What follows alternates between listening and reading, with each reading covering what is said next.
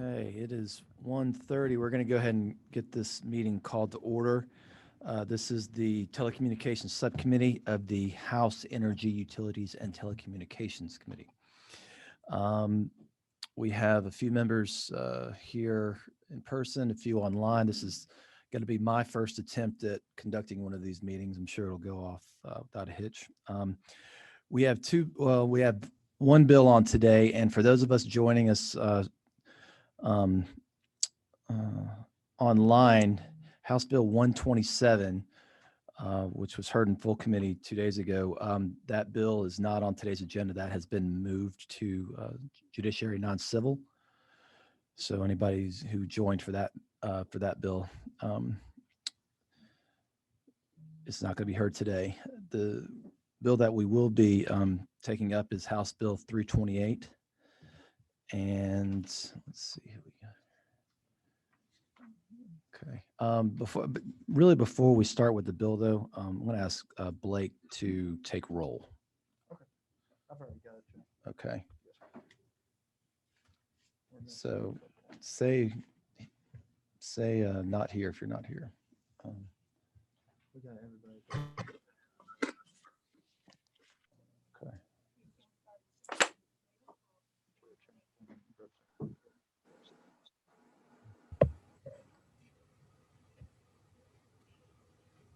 So it looks like we can see who's online. All right. With that, I'm going to go ahead and hand this over to the sponsor and let him present the bill. Thank you, Mr. Chairman. Members, today I have House Bill 328, which is LC 364572. Members, we have seen this bill before. This bill passed out of full committee last year, and while our bill didn't make it out of rules last year during the tenuous COVID session, we have great faith that this bill will now move with your support back into full committee and on the rules. In short, and it's Friday, and I know everybody wants to kind of get out of here. This bill lowers the fees that telecoms pay to put their infrastructure in the right-of-way by eliminating a loophole incited by what is effectively tax maximizers. In short, if an infrastructure provider doesn't have a retail end user, Georgia Code pushes you to a base GDOT rate from the 1980s that I feel is out of date and out of touch. This bill is supported by Verizon, AT&T, the Georgia Telecommunications Association, which is most of the rural telecom providers, Crown Castle, Zayo, and Windstream.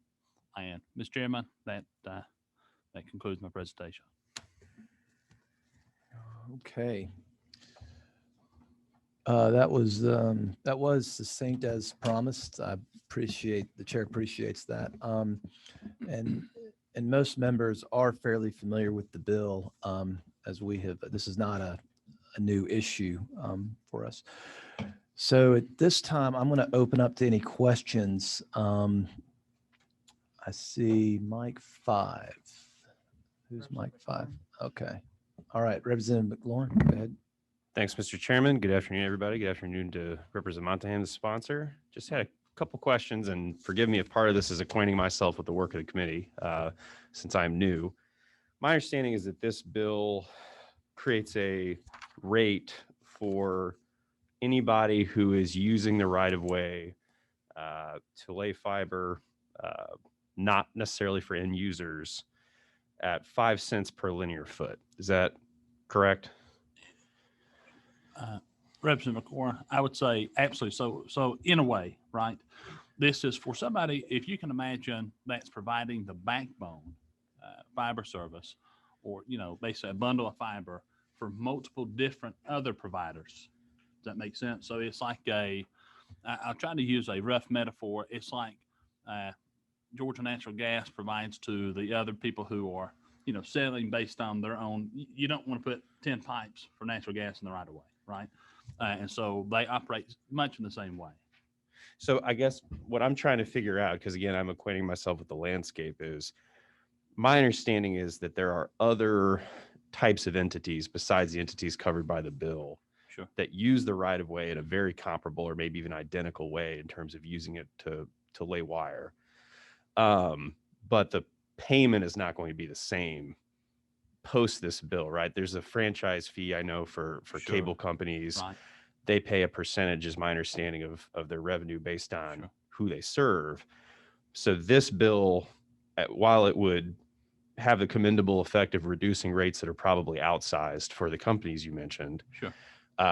we're not achieving a global parity of rates among all entities. That is fair to say, right? Well, I think it is in a different context. So some of the things, some of the fees, for example, that are set on different providers of these services, whether they're cable or telecom or anything else, are federal law.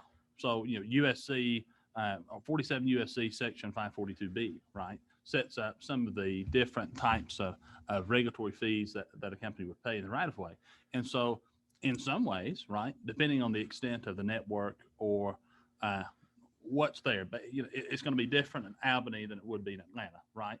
So with that being said, it's just a different way of calculating. And I think different providers who have been here for many, many years have different advantages in the market based on, things like a franchise fee is a different animal, right? So you have to understand it as not the same. It achieves parity in a different way. It's based on gross receipts. So if there's no money coming in the market, there's no fee. Whereas this sets a base rate based on who's in the right of way. So it's different. They both have their advantages and both have been lobbied and worked on over the years. What we're trying to look at here is a very concise case, right? That where we know that in several of the actual deployments that have happened, they're paying more in the fees than they're actually collecting in revenue. And so this is the outlier, right? This is not the average. This is not the mean or the median. This is the outlier. And so we're trying to fix this outlier to bring it back into a scope of reality. Does that answer your question? I think it does. I think and again, I'm raising this maybe even only as a rhetorical question. I don't even know if it's Sure. going to affect my vote, but just in terms of an ongoing conversation with this committee and the legislature about how to handle right of ways, my concern is that it does seem like a piecemeal approach might leave people who have other concerns about right of ways feeling like there's not going to be political will to address their concerns if we move in a segmented way. Without a doubt. And I'll go on record telling you that, I'm willing to accept looking at any piece of legislation to help us achieve parity. I think that's fair. But there's going to have to be all players coming to the table, and you're talking about changing federal code as well, just federal statutes as well. And so it is when we say it's all inclusive and it's been piecemeal, there's a reason for that. And it's because there's a lot of hands, in the cookie jar. Thank you for your time. Yes, sir. Okay. Do we have any other questions? Representative Williamson. Okay, online we have Representative Williamson. Thank you, Mr. Chairman. To the author of the bill, and I fully support this measure. Frankly, as a first step, because I think Representative Claren hit it on the head. This is where similar infrastructure is being taxed differently. It doesn't make sense. But if this is the first step in having a complete overarching new tax policy as we move into this these technological advances through the years, our taxpayers and consumers are one and the same. They don't understand why one service is being taxed one way and the exact same service through another provider is being taxed another way. I think it's a good step, but we do need to look at it as the first step in a complete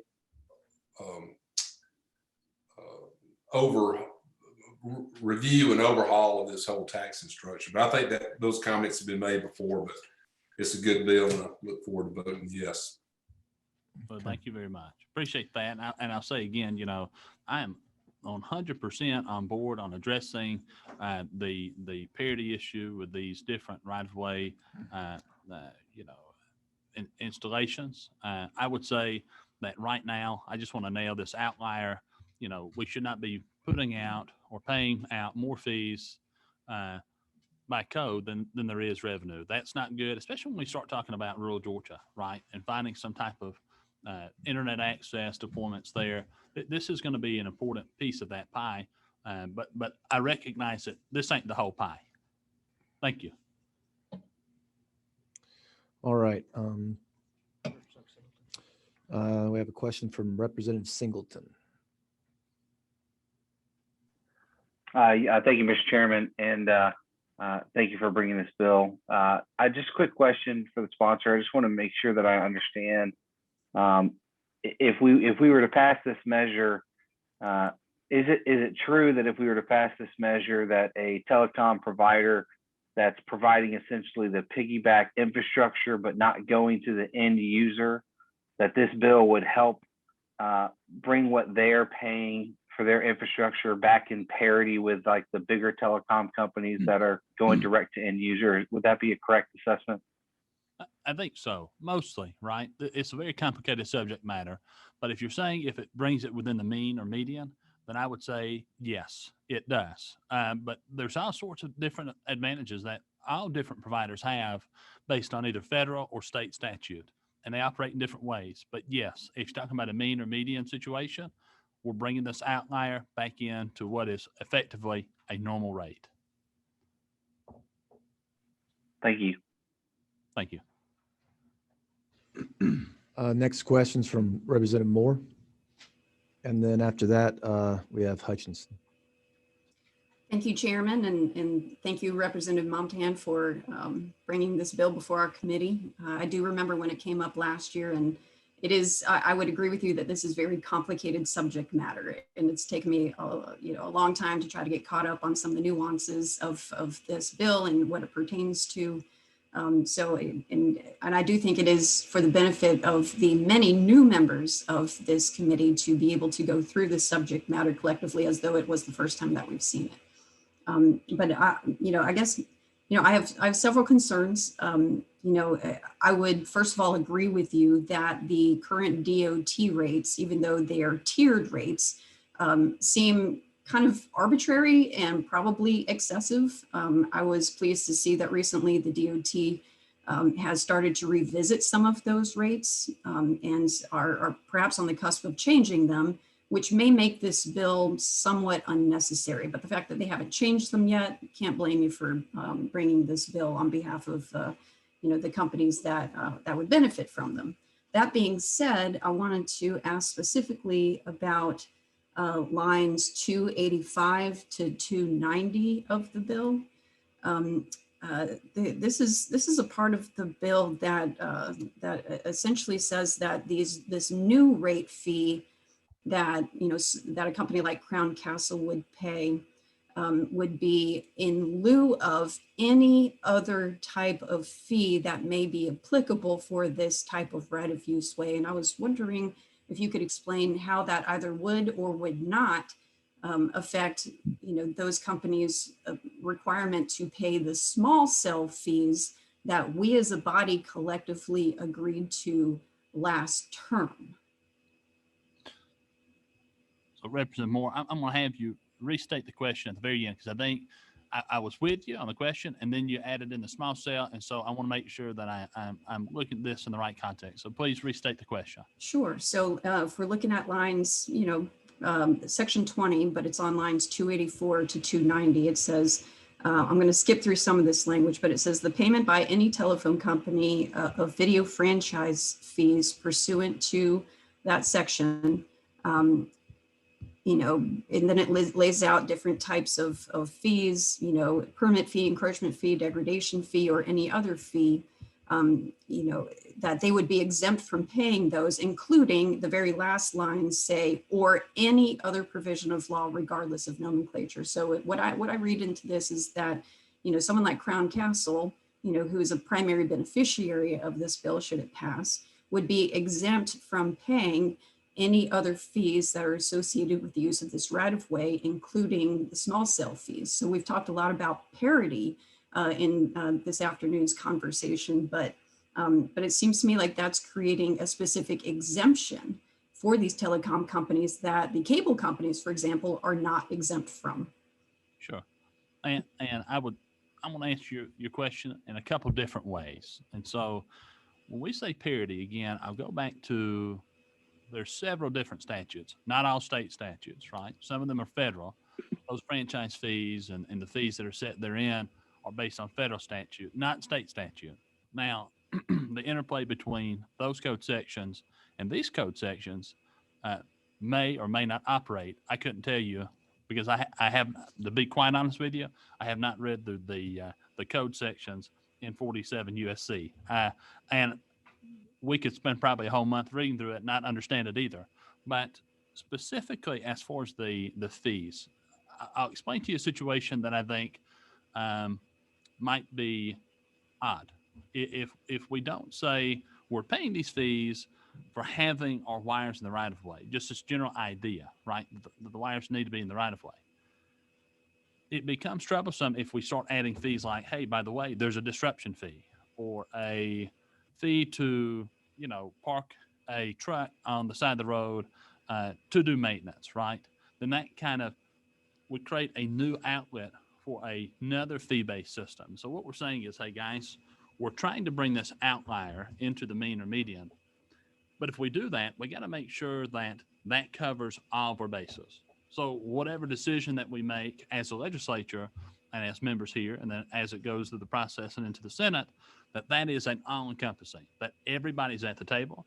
And the only way you can do that is making sure that all the pieces and parts are in the bill. And so we're saying, because there's obviously multiple players. There's the cities, the counties, the telecom, and of course the cable networks as well. And so I think it's important that as we talk about this issue, that we're capturing all of those particular fees. Now there is a fee up here for $100. That's in line 281. And so it goes to those direct costs. So you can see it says, in addition to the annual rate of this paragraph, this is line 278 of the bill, due compensation may also include a one-time permit application processing fee not to exceed the lesser of the municipal authority's actual and reasonable direct costs for administration of the telephone company's use of the right-of-way, or $100. And so, go ahead. Yeah, I'm actually glad you brought that up because I have the same concern about that provision as I do with the exemption language in lines 284 to 290. That if the actual cost is in excess of $100, then we are essentially causing the cities to subsidize the cost of those permits and potentially in violation of the state constitution's gratuities clause. I believe that's a stretch, Representative Moore. I don't believe that's so, but I will entertain. We have some experts that are here that could probably talk to that issue, and so we have Kevin Curtin from AT&T. We have I'm sorry, let me get the. We have one more name here, and also Amanda Brown, and either one of them are welcome to speak to that specific issue. Okay. Yeah, I remember when we did this last year that, the sponsor of the bill came back with some changes, I believe in a good faith effort to, to compromise. And that's kind of where we're picking up the ball here. I just worry that we've gone from one extreme to the other. That's right. And I think reasonably so. I mean, and to that end, I agree. There was some good faith effort made, but we're just trying to move this outlier to somewhere near the mean or median. We're not saying we're going to perfect it. And I'm totally committed to sitting down with all parties and finding equity. And I think that's the most important thing, is that we move this ball. We bring the outlier, so many standard deviations away from the mean, back closer to it. Say, okay, now we're back in the realm of reality. Now let's sit down in good faith, and everyone, what is parity? What does that look like? And bringing in the both federal statutes and state statutes. And I think that's how we progress in the future. That's my opinion. If we have experts, if you'd rather have experts talk to the specifics of the language in those line sections, I'm happy to do it. We'll leave that in your ball court. Representative Montahan, I am committed to working with you on that. Thank you. Perfect. Thank you. Okay, so at this time, that's all the questions I see from members. We have a sign-up sheet, and then there's a couple of people joining us online that I'm going to recognize. Charlotte, we have Charlotte Davis and Todd Edwards, with ACCG. Y'all could come up and talk, and then I guess on deck we have Amanda Brown with Crown Castle, and I believe that Amanda will be able to address some of the issues that Representative Moore raised. Yes, yeah, thank you.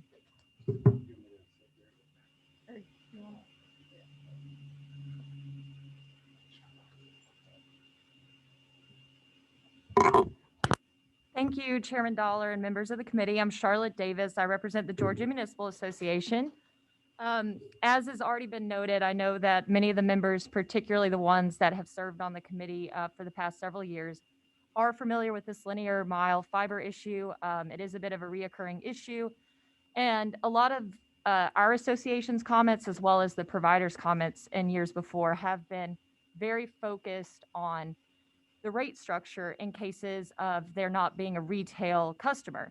And after reviewing the bill, and actually to Representative Moore's point, there are some other perhaps unintended consequences, but still concerns that we have with the language that don't necessarily have anything to do with what the rate that a provider would be paying, but are more focused on how this impacts providers paying municipalities or counties on the various rate structures that we've already talked about. And so I would like to draw attention to, again, that paragraph 20. The language is pretty broad. And the way that we read it is that if this bill and under this code section, if you have a fiber company or really any telecom company that is remitting the 5 cents per linear mile, so that would be, 5 cents per foot, so linear mile annually would be about $264. And then the $100 permit fee, then they would not necessarily have to pay by any other fee required by any other provision of law. So it's listed out as a permit fee, encroachment fee, disruption fee, and various on other fees and taxes that the local governments receive. And then it goes further to say, or no other provision of law, regardless of nomenclature. So we bring that up just because our association has worked extensively with telecom providers, particularly and most recently on the small cell bill that moved through this committee and has been working and has been in law. And so if that impacts the permitting or rate structure that was agreed upon in any way, whether it's unintended or not, I think we do need to focus on how to tighten that language up.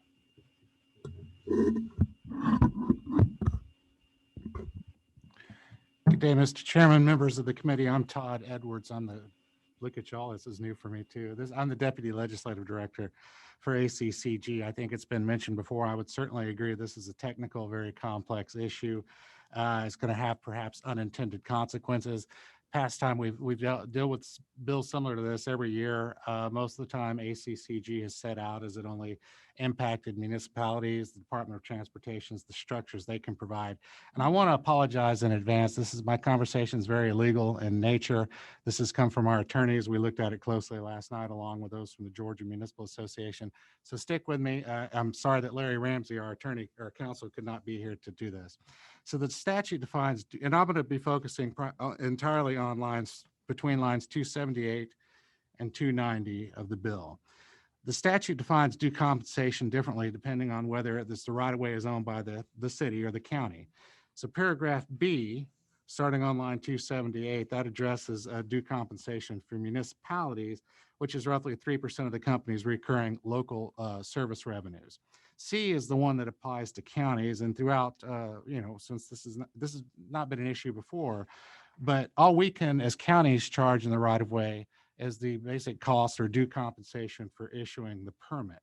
And that's cannot exceed our direct actual cost that incurred with issuing the permit.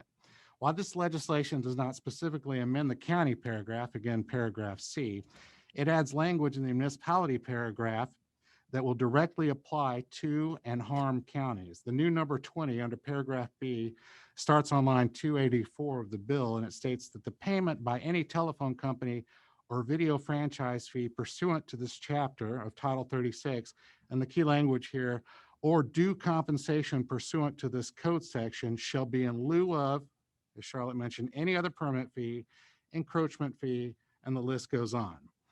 In short, this addition allows any communications company to avoid paying any fees or taxes in that list to the local government if the company either pays a cable video franchise fee, or two, due compensation, which I mentioned earlier.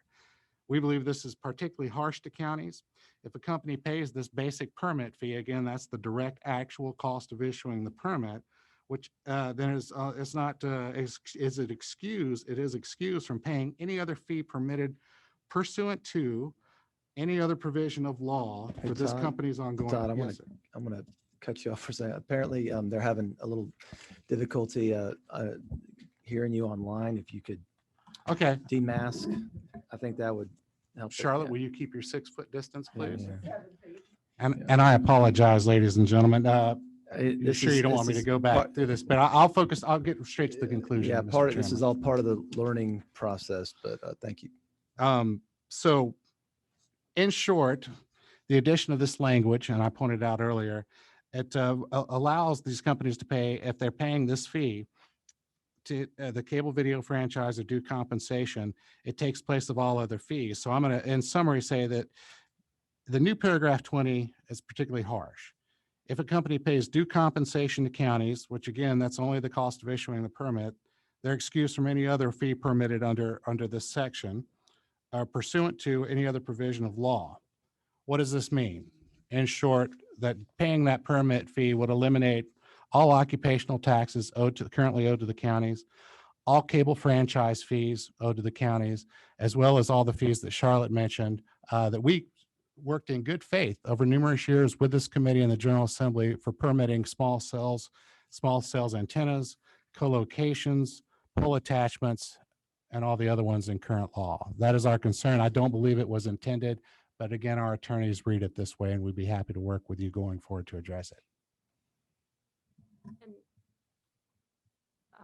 Mr. Chairman, if I might, I had a few other additional comments specific to other city concerns, but if we need to take a moment to answer questions on this point, we'll do so, whatever you prefer.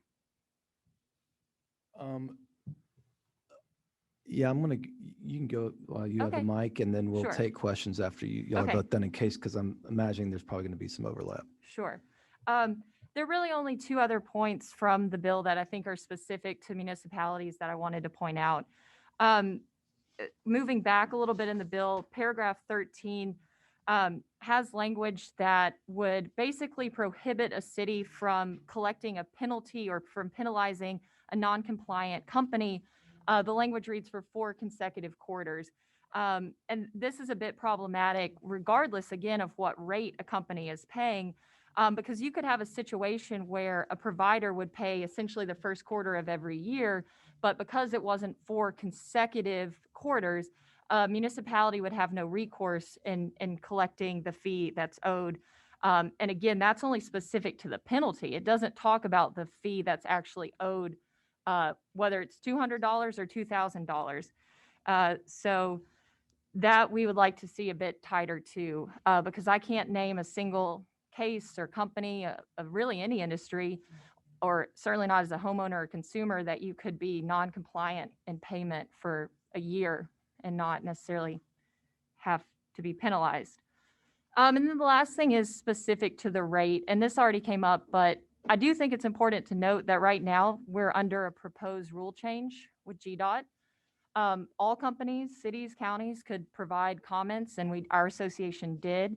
The rate being proposed as the linear mile or per foot rate is 50 cents with GDOT. This bill proposes the 5 cents, which takes you from about $2,600 to about $260. Again, we've come before this committee and we can all have different opinions on the price and the rate that should be owed, but again, that doesn't necessarily address this parity issue or this modernization of the right-of-way, which I think is a fair discussion to have. We're not opposed to a rate reduction, quite honestly, but I do think there needs to be a bit more uniformity, and this is only going to further two rate structures between municipal right-of-way and state right-of-way. Thanks, Mr. Chairman. We'll be glad to take any questions now. Okay, thank you for that. We have one from Representative Hutchinson. Yes, thank you. This is a lot to wrap your head around, especially for a new member, but ultimately the bottom line is this is going to be a net loss of income for the state of Georgia. Am I right?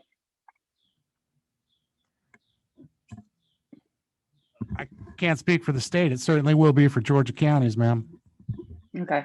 And so the companies that stand to benefit in this net loss for Georgia constituents would be AT&T, Verizon, Windstream, et cetera. Is that correct?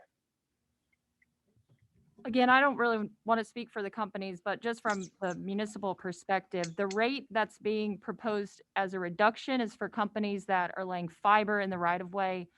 Companies have multiple different, delivery methods. So some are going to be paying a franchise fee, some are going to be laying fiber, some are strictly telephone providers. But this doesn't necessarily discriminate against the type of company, but it's specific to only laying a fiber in the right of way, if that helps, Representative. So if But business model, then yes, ma'am, it would be a reduction of fees that they would have to pay. okay, so yeah, that is a concern for me, considering how much money we took out the budget and have not restored this year. I'm just curious why we are pushing to reduce revenues for the state of Georgia, particularly when we can't even have our kids go back to school right now. That's right. Representative Hutchinson, can you hear me? I can. This is not a state revenue. Okay. But it is municipalities who also contribute to all the services that I've just listed. I don't believe in the way that you think they do. Let me be clear, and I'll say this as kind of a statement, but we have an outlier, right? That's paying just an outrageous fee. When we say paying a fair share, paying taxes, we can argue on that all day. But when the tax actually outpaces the revenue that somebody can collect on that business proposition, I think everybody can agree that's a fair case of overtaxation, right? If your business was making $100 and you were charged $125 in taxes, nobody disagrees that that's overtaxation. And so we have an outlier, and we're trying to bring it to the median, right? We can say net loss of revenue for cities, and we can say net loss of revenue for counties, right? But it's always going to be that way when you're bringing something that's such an outlier back to the median. I'm sorry, I'll take off this mask. I think as policy, as we talk about our right-of-ways, in a time where we have millions of Georgians who don't have basic access to broadband, okay, to telehealth, okay, to basic state services like getting on the internet and registering for a vaccine. We've all heard about how we're, trying to get on the internet and stay there for hours trying to get a vaccine. Imagine if you didn't have internet, what would you do? How about just the basic right to register to vote, right? These things are important to Georgians. And so we have to take these outliers and bring them back into the median so we can democratize access to the internet, right? It's an important part, I think, of our state and our republic. And this is why that's such an important measure. So are you saying that by reducing these fees, that will directly impact? So if this passes, does that mean equally X amount of people will now have the internet because this particular measure passed? To answer your question, I would say. Now I can't hear you. Yeah. Okay. Can you hear me? No. Yes. I would say, to answer your question, would you open a business where on every $100 of income you took in, you paid $125 in taxes? I'm not AT&T, so I didn't have the capital to really start a business at all. Okay, but would you, if you had a peanut stand and you were selling boiled peanuts, Mhm. and for every $100 that you took home in income, you had to pay $125 in taxes, I don't believe you'd open that business. Is that correct? No, but Representative Montahan, you know that I'm a small business owner and that I serve Northeast Georgia, who is the population that is without the internet right now. So I'm just having a hard time conceptualizing how reducing fees right now at this moment in history Sure. is going to result in more Georgians having access. I don't know how you can connect this to access to vote, but let's say we do that. Passing this bill will equal people having access to internet to have telehealth, which I provide, and access to vote. I'm not making the connection. Right. So I would say that if I was to open a business that for every $100 in revenue paid $125 in taxes, I would say that I wouldn't open the business. And so if I was the financial advisor of a telecom company who knew that they were going to have to pay $125 in taxes for every $100 in revenue, I would tell them that's probably not a good deal. I wouldn't probably open that business. And so this is exactly the situation. It should really outline why we need to bring this outlier in. Nobody's against paying a fair and equitable fee, right? Nobody's against that. But what we're trying to get rid of is outrageous fees. And this, in a lot of cases, are outrageous. I get that. But the problem with your premise is you're talking about startups. And this bill is not addressing startups. We're talking about existing companies who already have, I haven't seen their profit sheets, but I'm sure their profit sheets don't look like a startup if I'm going to start a business today. Okay, we're gonna press the pause button on this. We got a few other members with questions, so we'll put a pin in that and come back to it if we want to. Representative Dickey, and then on deck we've got Representative Williamson, and then in the hole is Representative Moore. Thank you, Mr. Chairman. I just want to point out to my friend Representative Hutchison that these fees are collected by the companies but paid by the consumers, and that's how this works. It's a fee that is ultimately paid by the consumer, and sometimes it's directly on their bills. But the companies, it's only a pass through where they collect it. And so just want to make sure the members of the committee realize that it's just a cost that consumers ultimately pay. Thank you, Chairman Dickey. Representative Williamson. Thank you, Mr. Chairman. I have a PS to that. And I understand Representative Hutchison's passion as well, but I'm going to pivot a little bit to either Ms. Charlotte. Are city revenues, are cities collecting more sales tax revenue this year, let's call it year over year, than they were last year, or are the revenues down? Thanks for the question, Representative Williamson. I would say it probably is mixed across the state, but I would say for the vast majority, or perhaps for half, really in the wisdom of the legislature passing the marketplace facilitator, which I know that you're intently aware of, was incredibly helpful for cities as far as sales tax goes, for counties as well and the state.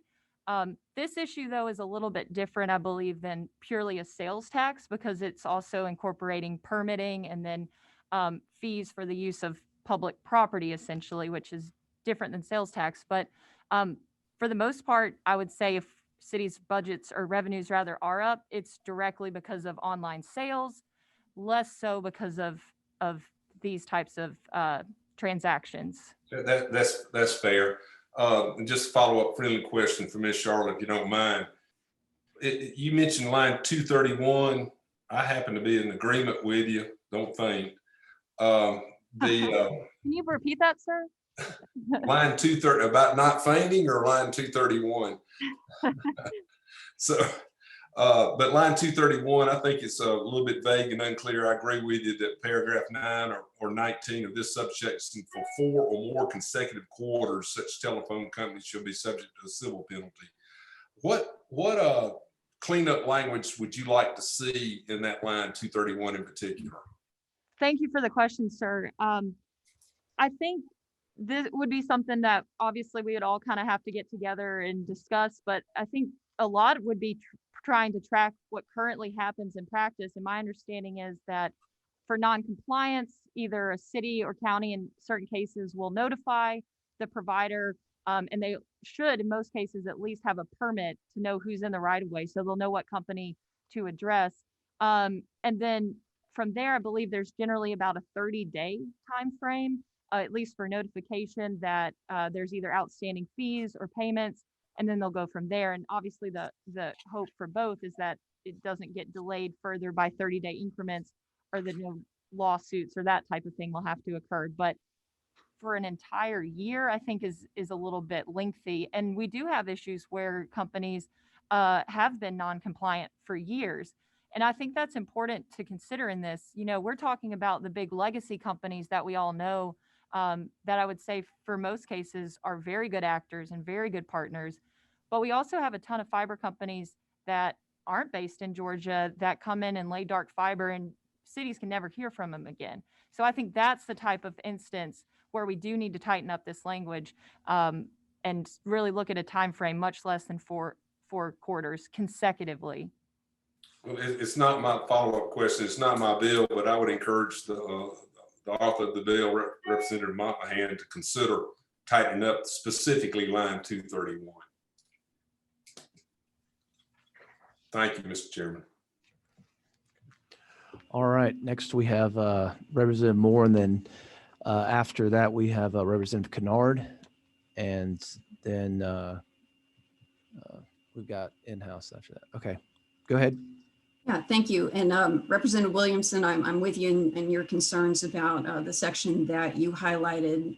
You know, the way that I read that is it's essentially a 3-year statute of limitations, after which you know, the crown castles of the world would be exempt from the due compensation requirement and simply have to pay the civil penalty. So I'd like to see some the due compensation, the actual rent they have to pay for the right of way, preserved, you know, in that section. So I'd be happy to work with the members of this committee on that. But when I originally raised my hand, it was in reference to Representative Montmahan's example of the $100 peanuts costing $125 in taxes. To me, that's not quite a precise analogy. I would consider the better analogy to be that, you know, it's someone selling $100 worth of peanuts, despite the fact that the cost of goods is in excess of $100. You know, the way that I read it, it's almost as if, you know, it's kind of like a landlord not charging enough rent to cover the mortgage. You know, it's a flawed business plan. And, you know, if, you know, while, and to Representative Dickey's point, I agree that, you know, the ultimate result is that those costs of doing business get passed on to the consumer. You know, but with many of these companies not paying the actual stated fee on the books right now in good faith, that it's ultimately the taxpayers that are having to pay the difference. So I want to reiterate that I am in agreement that these fees need to change. But I think what's currently being proposed in this bill is not the right solution, but it's heading in the right direction. Okay. Thank you, Representative Kennard. Yes, thank you, Mr. Chair. And Representative Montmahan, we discussed this briefly at the House yesterday, but I think all of us are certainly committed to the expansion of rural broadband. It is a priority. It's a crisis that we need to address. So I agree in the premise of the bill. But in my mind, we're kind of counting on free markets to work.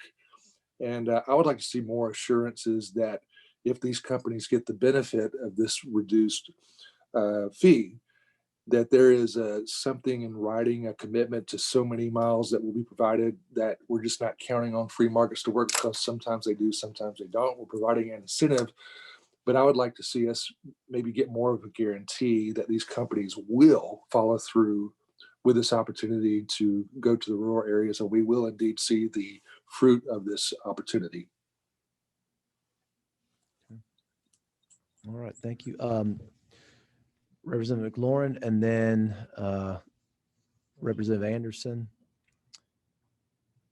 Thanks, Mr. Chair. And just to follow up on the testimony from both of y'all, if I could, we're all doing a good job of staying pretty mellow on a Friday afternoon. So if the profile of this issue needs to be raised and there needs to be a little more urgency, I want to be clear about that. I'm reading this line 289 to 290, any other provision of law, regardless of nomenclature, to possibly include every possible tax or fee that any of these companies pays to local governments whatsoever. Are you all in agreement that that language could mean that? That's a great point, Representative McLaurin. You're the attorney, and then we've got some other ones as well. That's how our association reads it. And if that's not the case, and that was not the intended consequence, then I think we need to address it. But I rarely have I seen that type of permissive and open language in Title 46 nor Title 36. So I think it's worth getting an additional opinion on. That's our read, other than paying the due compensation, the minimal amount we can charge for actually issuing the permit. And so to your point about marketplace facilitator and the helpfulness of that, I mean, theoretically, sales taxes, any type of tax or fee could be swept up in, and what you negotiate in good faith, you're saying for years, could be swept up into that. That's our concern. I think it's just, we want to have a larger conversation, because whether that's the intent or not, I think the committee that has worked hard on telecom legislation prior, that all of us have been at the table, we just want to know what those consequences are going to be. And Okay. if they're not what that says, then let's fix it. Thanks for clarifying. And to be clear to the committee, I think that's a pretty big deal. Okay, Representative Anderson.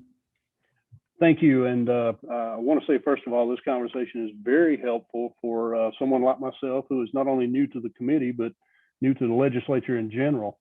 I do realize that many of us campaigned on the availability and expanded services for broadband, particularly in rural communities. And just wanted to confirm with Representative Montahan, kind of the general intent of the bill is to position ourselves and position the all parties involved so that the providers or the caretakers of this right-of-way can be made whole, but ultimately to reduce the costs to broadband providers and telecommunications providers so that we can help to expand that broadband service. I believe that's the intent of the bill. Ultimately, the nuances and the negotiations of what that made whole looks like and the provisions associated with that, I agree, need to be looked at a little bit more in depth. But I applaud the bill and appreciate this discussion. Okay, well, thank you for that. And the last speaker that I have is Amanda Brown, who's joining us virtually. Amanda Brown with Crown Castle, are you there? I am. Thank you, Representative. Can you hear me? Yes, we can hear you. Okay. So thank you, Representative Dollar. Thank you, members of the committee. My name is Amanda Brown. I am an attorney with Crown Castle. I did want to address some of the questions that came up. And we can start with line 284, that's subsection 20. This language is already current law. So this language was, if you'll look at line 80 to line 85, due compensation was put in place to pay for access to the right-of-way. And in lieu of paying for that, there would be no permit fees and no additional fees. So that's just the way Georgia law works as it regulates its right-of-way. If you'll look at kind of the section or 289, where we get into sections 36, 34, and section 32.4, neither of those sections encompass the small cell law. The small cell law is chapter 36-66C. So it absolutely was not our intention to make this some sort of carve out or anything for the small cell law. The small cell law does have additional right-of-way fees, additional attachment fees for those specific facilities. And we are not trying to change the very hard work that GMA and AT&T and others and this committee, as well as the General Assembly, put into passing that law that we all know and love. So we are more than happy to work with GMA and whomever else to maybe just tighten that up so that's very clear. But the intent of this law is not to subvert the small cell law. It's really just, as our bill sponsor, Representative Momtaham, said, just reduce the gap between what we're paying for these outlying cases. And then I also wanted to address the $100 permit fee. So as we discussed, right now, permit fees are not allowed under the law. So the $100 permit fee is extra. And we understand that a lot of the cost with regard to permitting things in the right of way, it's an upfront cost. So yes, we're taking away that we're lowering that recurring annual cost, but we did want to say, cities, we understand there's an upfront cost just in reviewing our applications. So we did add that just as an extra. So right now, cities do not get application fees. And it was also mentioned that this would be taking money away from counties. That was also not our intention. The subsection that relates to counties, I believe it starts at line 299, and we didn't change anything there. So if there's some specific language that the counties are worried about, again, happy to chat with them and try to tighten that up so that we're not taking anything away from the counties. The other section I wanted to address was regarding the civil penalty. So that was also added after we had a discussion with GMA, and the current law, of course, allows the cities to go after actors who do not pay. And I think that language starts around line 199 and kind of goes into page 9. But the penalty was for those providers who haven't paid in so long. There is a 10% penalty. So not only can the cities recoup past owed fees, but there's also, again, that 10% that says, look, you didn't pay for 4 consecutive quarters. Not only do we need our money back, but we need also that 10% on top of that, just because you hadn't paid in so long. So again, the penalty was something extra that we added to the bill. And the 3-year statute, that's also already in current law. So that, I believe, is line 217. So 46-5-1, that's just the period that it gives already. Okay. I think you have a question, Representative Kelly. Thank you, Ms. Brown. And I was just looking again at the area you were talking about with the civil penalty. Is it going back in the lines before, and I'm flipping through it now, but do you think we need to make clear, or is it already covered, kind of starting on lines 206, that not only would they be subject to would y'all be subject to the civil penalty, but also still have to pay the unpaid due compensation? And where I'm kind of looking at is on, I guess on line 240, and there's one other place. Okay. All right. Line 238 first, after it says assess for the civil penalty. And then I was looking at adding and unpaid due and unpaid due compensation, if that would need to be added there, just to be clear. And then also the same addition on line 240, that if the penalty has been paid in escrow, as well as adding in an unpaid due compensation in escrow, that would still get to the intent of what you were planning on, to make clear that they have the penalty, that the penalty's owed, but still the unpaid due compensation is still owed as well. Yeah, I If think you can point me somewhere before that makes that clear and start in line 206, I'll be glad to look at that too.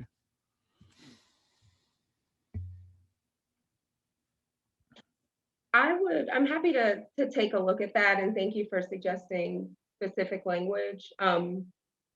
We can take a look at that and just try to tighten it up and make it clear. But our thinking was that because it is addressed in the previous sections, kind of around 217, it's, you know, I think most providers know and understand that if they do not pay the correct fees, they're still going to be liable for paying those fees. But happy to look at it and try to tighten it up and make it clear.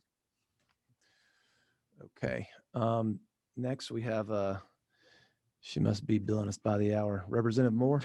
Yeah. Thank you. And thank you, Ms. Brown, for joining us today on behalf of Crown Castle.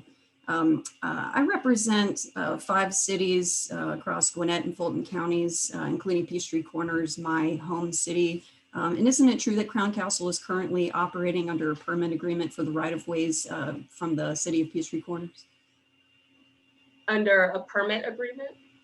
Yeah, don't you currently have fibers in the city of Peachtree Corners right-of-ways?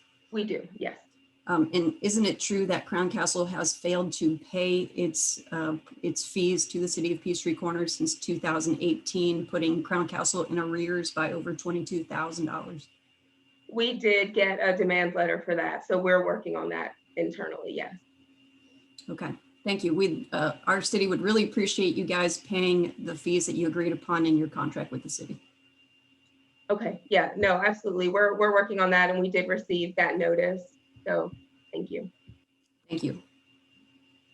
Okay, Representative Williamson, and hopefully that's the last one because I don't see any more on the list.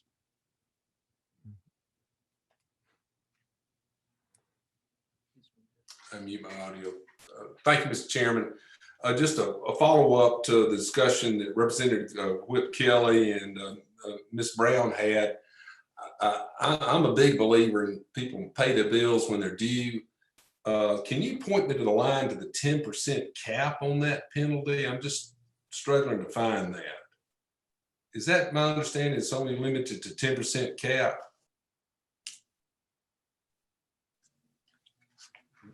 Did I hear that correctly? That's correct. So the penalty we added was a 10% penalty, which wasn't previously in the law. And I am looking for the specific line. Because while we're looking for it, net is, if you got non-compliance, I believe in progressive, increasingly high penalties for non-compliance. At the end of the day, if we're putting it in code that money is due to our cities and counties, then it needs to be paid on time, or the non-compliant party needs to suffer the consequences, including attorney fees and anything else. Representative Williamson, Whip Kelly just pointed out that line is on, or that that language is on line 234 and 235. I'm sorry. Thank you. Well, again, I stand that I'll frame that as a question then. Maybe to the author of the bill, would you have any objection as we move forward in perfecting this legislation that we consider a progressively higher penalty for non-compliance? Because it was previously stated, most of the actors in Georgia are good actors. Our main partners and pushing out broadband and fiber highways across Georgia are good citizens of Georgia. And if somebody does not want to be a good citizen, we need to have teeth in it and go after them. Would the author of the bill be interested in working in that regards? Absolutely. Can you hear me? Okay. Absolutely. Yeah. I mean, look, we want to make sure that the folks that are putting this fiber in the ground, are going to be folks that are here with some integrity. I think we all agree to that fact. So I'm more than happy to make those changes. If we pass it out of here and we want to make some changes before full committee, absolutely. Yeah. No more questions, Mr. Chairman. Okay. That's all the questions I have. I'm going to give the author a few minutes to comment if he wants. The sense I'm getting is that most people are supportive of what this bill is trying to do. I think it would be helpful if some of the parties got together over the weekend and cleaned up some of the language just so that there's a bit more, I guess, confidence out there on what the words on the page are actually accomplishing. So what I'm going to do is, unless there's any objections, I'm going to, because there are some meetings on Monday, and I know it's President's Day, but I'm going to allow this again to be virtual. We're going to hear this bill again on Monday at 3 o'clock, unless anybody has a very strong objection. And then if that's the case, I'll move it to Tuesday morning. But I would like to take care of this business before full committee on Tuesday afternoon.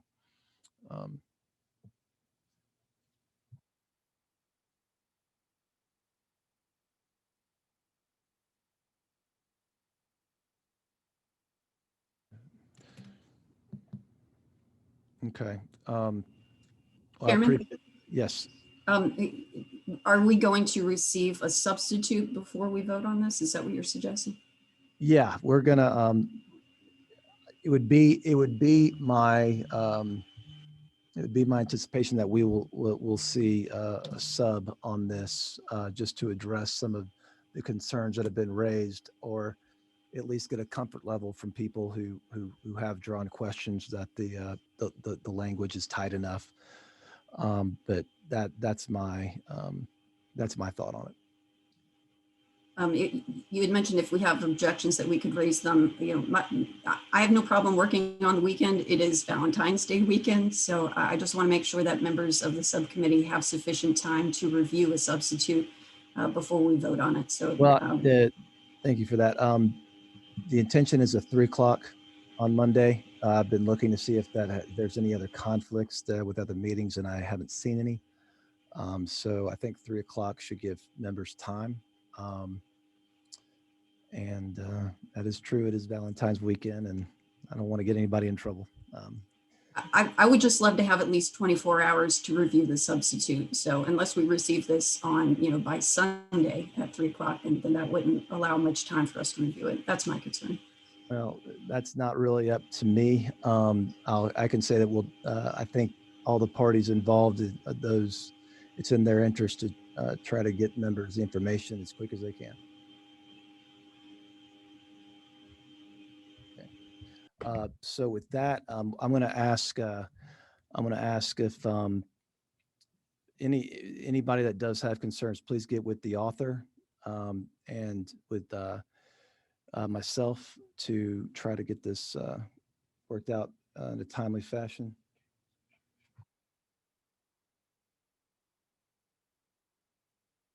And with that, I'm going to close this out.